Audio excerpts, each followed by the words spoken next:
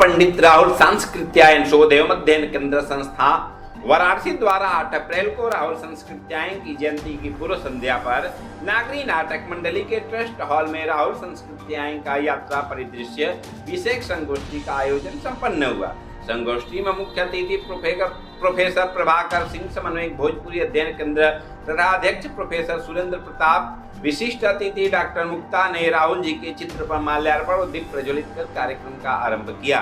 अतिथियों का स्वागत संस्था सचिव डॉक्टर संगीता श्रीवास्तव ने अंग वस्त्र और स्मृति चिन्ह भेंट कर किया और विषय प्रवर्तन करते हुए कहा कि राहुल जी को यात्रा साहित्य के पितामह कहा जाना न्यायोचित है।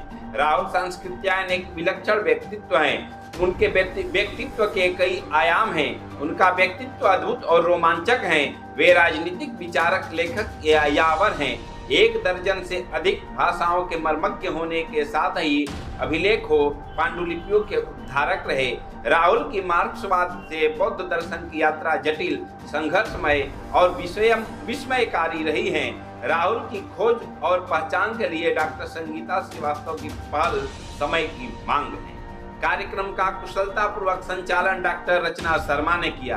धन्यवाद ज्ञापन डॉक्टर शुभा श्रीवास्तव ने किया तथा संयोजन श्री BL प्रजापति ने किया। इस अवसर पर डॉक्टर अंबिका प्रसाद गौड़, दिलीप मिश्रा, सुधा पांडे, शैलेंद्र कुमार, SK पांडे, सुरेंद्र वाजपेयी, उषा पांडे, प्रीति जायसवाल, कृष्ण मुरारी, सुरेंद्र वाजपेयी, किशोरी देवी, उर्मिला श्रीवास्तव, सुनीता चौबे तथा तमाम शोधार्थी उपस्थित थे। मैं डॉक्टर संगीता श्रीवास्तव, राहुल सांस्कृत्यायन शोध एवं अध्ययन केंद्र की सचिव हूँ। देखिए, हमारी संस्था जो है, संस्था ने 2002 में स्थापित हुई है और तब से चूँकि मेरा शोध कार्य राहुल जी पर ही रहा है, तो 2000 से काशी में पहली बार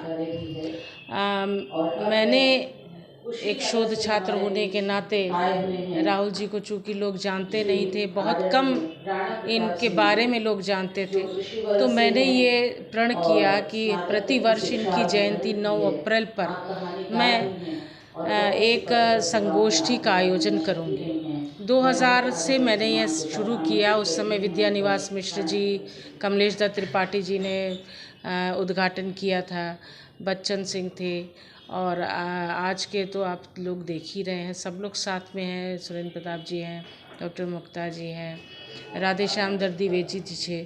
तो इन लोगों के सहयोग से, इन सब के आशीर्वाद से 2002 में संस्था की स्थापना हुई और तब से प्रति वर्ष मैं ये संगोष्ठी करती हूँ, इसलिए कि राहुल जी का जितना अवदान हिंदी साहित्य में रहा है उसे लोग जानें, उनको पढ़ें। आज की युवा पीढ़ी पढ़ने से भागती है, लेकिन उनको पढ़ना चाहिए कि राहुल जी ने सिर्फ यात्रा ही, कंफर्ट जोन में आप बैठ के जब काम करेंगे तो काम नहीं होगा। राहुल जी ने 4 तिब्बत की यात्राएं पैदल और खच्चरों पर की। 22 खच्चरों पर लाद कर वो तिब्बत से बौद्ध धर्म साहित्य लेके आए। तो ये उन्हीं का इतना अवदान साहित्य के लिए था कि उन्होंने इतना कुछ हमारे हिंदी साहित्य को दिया। 36 भाषाओं के ज्ञाता थे, लेकिन अपना विपुल साहित्य उन्होंने सिर्फ और सिर्फ हिंदी में ही रचा।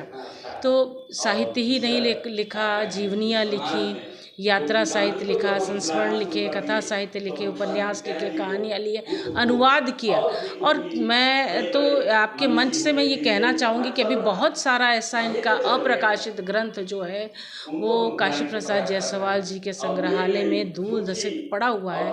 उस बात की अभी मैंने यहाँ भी चर्चा की है कि शोधार्थी नहीं है। कहाँ से लोग आए हुए हैं संगोष्ठी में? देखिए, इस संगोष्ठी में बनारस के लोग तो है ही, प्रबुद्ध जन, और आजमगढ़ से डॉक्टर गीता आई है, कुशीनगर से राणा प्रताप जी आए हैं और अभी कुछ लोग और आने वाले हैं, शायद आ जाएं, क्योंकि जान ही रहे हैं ट्रैफिक और समय का इतना है। नवरात्र भी कल से शुरू है। आज के नौयुवा पीढ़ी के लिए क्या संदेश है? देखिए, नवयुवाओं के लिए यही संदेश है कि वो राहुल जी को पढ़ें। सबसे ज़रूरी चीज़ ये है, मैंने आपको पहले ही कहा कि कंफर्ट जोन में जब आप यात्रा करेंगे तो आप सिर्फ घूमेंगे, खाएंगे, पिएंगे, 2-4 जगह देखेंगे, चले आएंगे।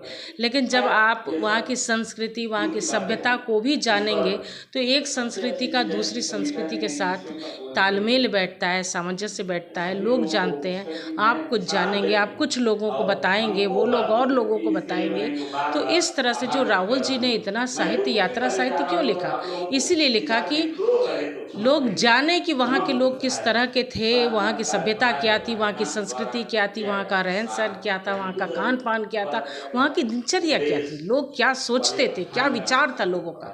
तो ये बड़ा महत्वपूर्ण है। मैं चाहूँगी कि यूनिवर्सिटीज़ में जो लोग जितने प्रोफेसर रीडर्स हैं वो हर साल एक अपने से अंडर में जो उनको सेशन करने को मिलता है, 8 या 10 रिसर्च स्कॉलर्स वो देते हैं।